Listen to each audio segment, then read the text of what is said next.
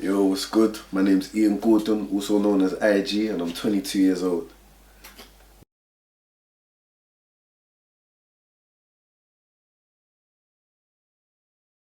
So when did you develop this passion for acting? When did I develop the passion for acting? I think it's something that's always been in me, but if I could really put a date on it, I think it was when I was 4, because I remember I only wanted 2 jobs in my life. The first one was a bus driver, but a double-decker bus driver, and I just love double-decker buses. And then after that, I just became acting, and since then, it's just been that. Did something trigger it? You know what? I think it was when I was in reception, we had a play, and I remember everyone had to be animals and that. And I remember I picked the elephant, and then some of my other friends, they picked whatever. I can't remember what they picked. And it was basically, I remember I was learning my lines, and out of everyone in the class, I was the only one that remembered my lines, where other people had to like get a tape to them, or when we were performing it, people would like, the teachers would have to interject and help them. And I felt like I was the only one that was taking it seriously, because I like was in it. And from then I just knew I knew I wanted to do it, you know what I mean? I hear. And how long have you been doing this then? How did you start? And obviously, yeah. Okay, so I always wanted to be an actor, so I started acting. I did it in school. I did it plays, like extracurricular plays, where I did drama GCSEs or whatever. And then it was about the age of 15. I went to a place called Intermission Youth Theatre, and there I watched a play which was Macbeth, but obviously it was modernized, so it was Shakespearean mixed with modern, like today English like language, or how we speak. And from there I literally said, yo, this is the place I need to be, because before that I was looking for a place where I could really start my foundation. Like I was looking for theatre schools, I was looking for places where I feel like it could help me begin, because I knew I had to go somewhere in order to begin progressing, you know what I'm saying? And then it was not until then I found it. That's when I knew, like, yo, like, yeah, this is it. So from 15 onwards, I'd say. I hear that. So obviously Corona came through. Yeah. But what have you been working on for the past few years, innit? So. Well, I've done a lot of theatre. That's where I really started. And then I got my agent at the end of 2018. No, I got my first agent, I think it was 2016, and through her I got a few auditions in that, but then I joined my next agent, which was at the end of 2018. But even before that I was doing little projects. I was doing some things with my bros, I was doing things with Intermission as well, but like my first proper, well, I'd say all of them are proper, but my first project which like told me like, yo, you're here, was probably a film that I did. It's not released yet. I got casted in a film, or one of Ashley Bilal Chin's films, so that was a humbling experience for me, and I can't wait to see it. But yeah. Can you elaborate on the some of the movies that you've done? Because I've seen you on YouTube a few times. I've done quite a few short films on YouTube. I worked with my bro called Adefemzo. You would have known him from ACP Productions. But we done, the first one that we did was something called They Made Me. It was a story that he wrote. It got about nearly 300,000 views on YouTube.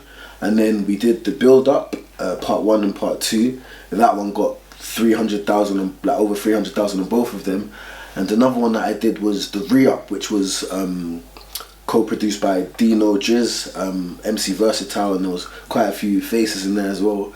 And that one got over 1 million views on both of them, nearly 2 million in fact. But yeah, and I've also done quite a lot of music videos as well. It started through one of my bros called Mr. Reed. He actually called me because he was meant to do a music video for Belzy. If you don't know Belzy, he's a rapper from South. And obviously because where he's from, it would be quite conflictual, if that's a word, like for him to be in the music video because of his area. I think they're opposing sides. But he called me to do it, and through there I met the videographer called Suave, and he just started putting me on. Through there I ended up doing Taser's video shoot. I did done Digga D Russ, I even done one for Dappy, just a lot of different artists, and I'm humbled and I'm grateful for all the opportunities that I've been able to get from this. Yeah. Very well. And obviously, have you faced any challenges and setbacks along the way? And if you have, How have you handled them? Yeah. Well, I'd say I'm a different kind of person because I realize I'm not able to be stagnant. I don't like being in one place. I always like progressing. I always like moving, and I've always had the dream of acting. But obviously, as life is, you gotta get a job in order to maintain and live. So I've had quite a lot of jobs in the past. And if I'm being real, I'll be real. I don't even care. I'll just say it with my chest. I've been fired from 6 jobs in my life. And I've left some as well, so don't think I've been fired from every single one of my jobs, but I've left some jobs as well. And it was the last job which I got fired from, which was at the end of 2018 as well. I was working as in a warehouse. The reason for me being fired, I can't remember what it was, but before I got that job, I remember telling myself, Iain, this is your last job you're going to do, and the next job after that is going to be acting. So as soon as I got fired from that, it was quite a low moment in my life. You know, I got my agent, I was happy about that, but I was still trying to figure out how to make money. What can I do? Because everywhere that I go, I'm always getting fired. Because even after that, I don't really like to include this one, but I got another job after that in Nando's, but they fired me after the first shift. But we're not even going to talk about that one.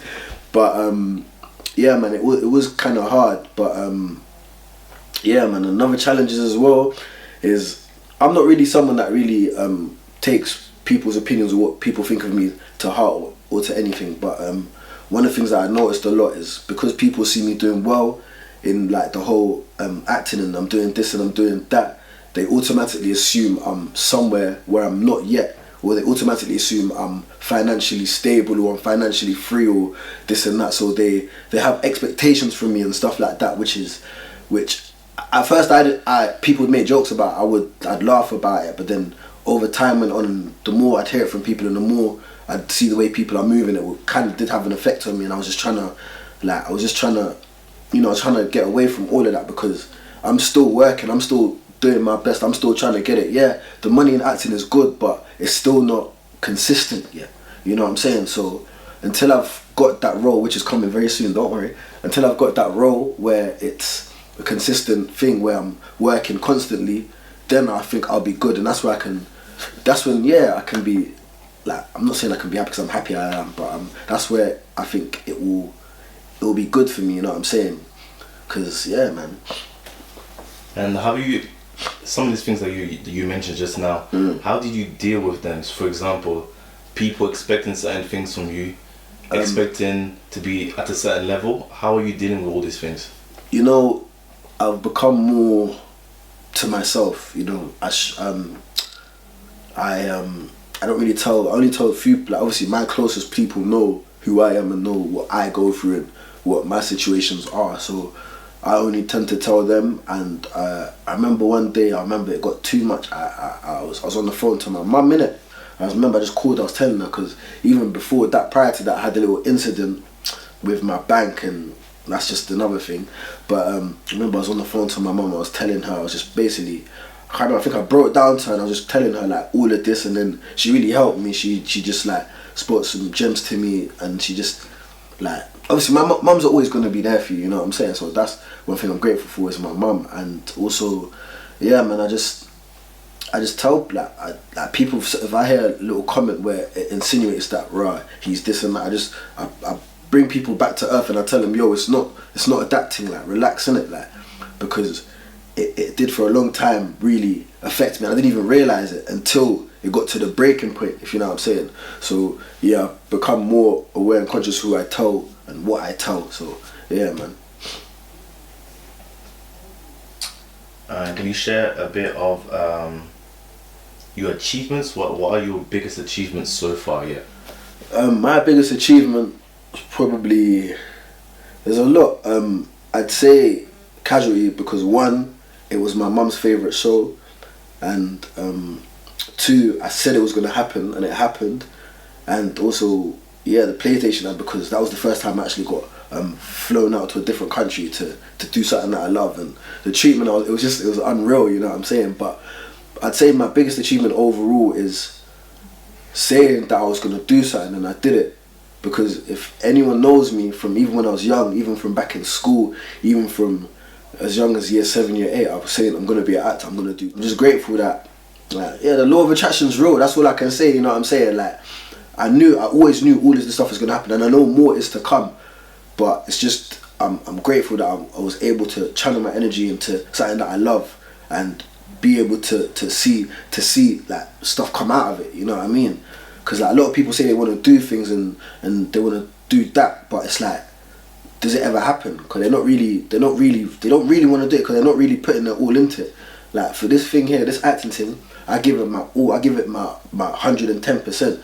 Like there'll be days I'll go out knowing that I have to be somewhere early in the morning or something. I'll go no sleep and I'll still give it my all. Whereas if it's something else like a job and I've gone out all night, I'm calling in sick. But with the acting thing, there's not a moment where I do not enjoy it, because it's my passion. This is my life, and get me, like I will die for it. You know what I'm saying? This is me. Like no one can take that away from me. And I don't care what no one says. If people say that, yo, you can't do this, I think everything's tangible. You're projecting your insecurities onto me, saying that I can't do it because you couldn't do it if you're in my position. But I know I can do it. And if you believe in yourself enough, you can also do it. That's the way I see it, you know what I mean? If you believe it, you will achieve it. Average skill, phenomenal will. You get me? But yeah. I feel you, man. But how about, obviously being a black man, being a young black man. Yeah. I want to say the white man as well. Do you feel any pressures or judgments upon yourself? And if that's the case, how do you deal with it, man? Yeah, a lot of the time. But you know what? I've got to a point in my life where I don't care what other people think of me. Like, because one thing I learned, and I feel like everyone should know this, that some people are always going to be judging you. And no matter where you walk in the street, if you're in a room with 10 people, there's at least going to be 3 people there that's judging you. You'll never know. Everywhere you go, someone's looking at you. So it depends how you take it. If you're letting these things affect you, then you'll never progress in life, because you'll end up living to be a people pleaser. You know what I'm saying? See me, I've let that go. Cool. We live in a very, like, this world right now is crazy right now. You know what I'm saying? There's a lot going on. You know what I'm saying? But if you choose to let it affect you, it's gonna affect you. Yeah, people look at me, well, it's just that black you, whatever. I've encountered people. I've been sitting on a train, I pull out a book, then all of a sudden their whole tone changes. Or I've been sitting by myself there, I pull out a script, I'm looking at something, the whole tone changes. I'm on the phone to someone talking about some business or something, the whole tone changes, you know what I'm saying? They just judge me because of what I'm wearing. And you know what, I kind of like it, because I like proving people like, yo, you thought, but what you thought was wrong. You can't judge the external, you can't judge the internal by the external. Don't judge a book by its cover. That's what I meant to say. But yeah, man, I like proving people wrong, and I don't think what they think, what they say really holds weight to me, if you know what I'm saying, because I'm clear in who I am and I know what I'm destined for. So yeah. And along your journey, do you feel like you've had, and do you still think you have a good support in terms of friends and family around you right now? Most definitely. I got the most supportive people I could ever ask for, you know what I'm saying, especially my family. Like I'm African, so like they know the stereotype, or like African parents want you to do this, that. But obviously my mum, she's always been supportive. She's known I've always wanted this. She's never told me like, no, don't do this. You're not gonna, like, it's not tangible. You know what I'm saying? She's always seen the vision. She's helped me see the vision more clearer. And as well, my brothers that I'm around as well, very supportive. They've come watch me in the shows. You know what I'm saying? Like, if I'm going through tough time, they're always there, no matter what I need, you know what I mean? And yeah, especially even intermission, where I really grew up. When I joined, I was like the youngest there, you know what I'm saying? And I was surrounded by a lot of older people, a lot of guys that were older than me, even the mentors, Darren Raymond, Nana, all of them. Like they really did help me like become the person I am today.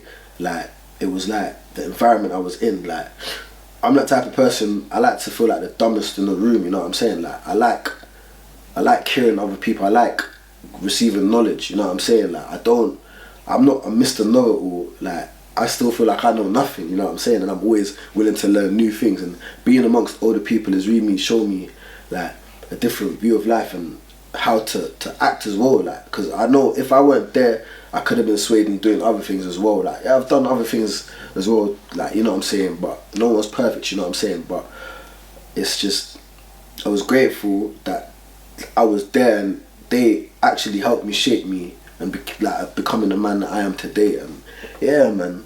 So I'm grateful for a lot of people. You know what I'm saying? So yeah.